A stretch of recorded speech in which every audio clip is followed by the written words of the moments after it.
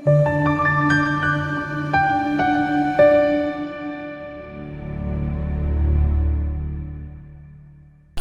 umusa, kuvama isibusiso phezu kwempilo yakho, ukubona konke okukuhluphayo bese kuyaphela. Impilo iqonde ibe yinhle, ikulethele injabulo. Kama kuPastor Winnie esicela kwena kunye ukuthi iqinisekise ukuthi inamba uyisinse kuphela ngumlandeli wale channel so ngo9 ekseni la 5 ntambama. Uma ungeyini umlandeli wale channel uma ungayisebenzisa le namba, ngoba esikhathini esiningi abantu abangebona abalandeli bale channel bangifonela ebusuku, bangifonela ekseni ngovivi, bangi-WhatsApp njalo njalo. So lokho kuyi-the clear indication kulo muntu la kayena umlandeli.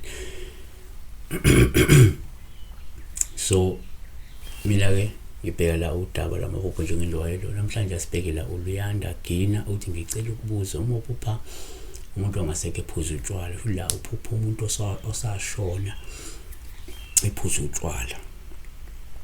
Asiyongo ukuthi umqombothi awuphuzayo, ngoba ubephuza ubhiya ubezosho ukuthi ubephuza ubhiya noma ubephuza amasayila. So la lo muntu ongasekho uziphuzela umqombothi. Mina-ke singakusho singageja, kodwa ke number 1 ngokwesintu uma uphupha umuntu ongasekho kuye kuthathwe njengophawu luhluma ukuthi ubonakala ephuza utshwala. Lokhu kungakhomba ukuthi kumele niwugaye lo mqombothi nenze ukhamba madoze. Kungenzeka kufanele niphuthume ukhamba oluqondene nayo umufi.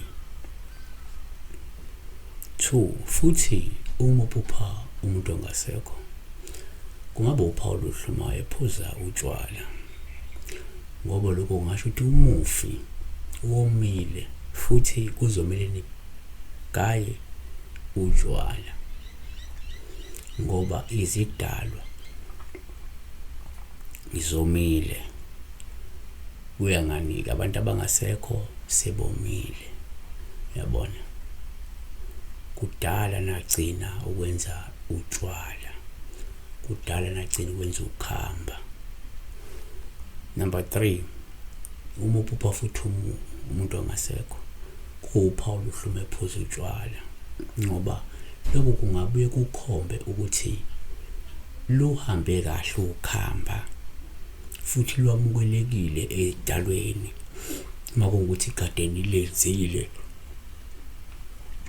esikhathini sendlule noma kade nisanda kulenza, ngoba ezinye izinto ezifanele sizinokuvela kanti abantu kade benze ukhamba just recently noma izolo noma kuthanga noma evile epheli noma enyangeni endlule, bese vela kumuntu ongasekho ephuza kanti vele kade nibenze. So lento sishuthi ngokwesintu lo wamsebenzi nani wenzile noma lo lakhamela lwenzile lezi idalwa noma labantu kade nibenzele liqonde ukuba balamukele. Ngiyabona.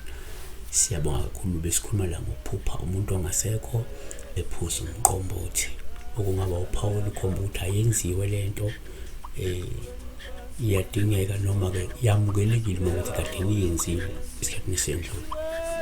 Abantu umusa, siyabonga.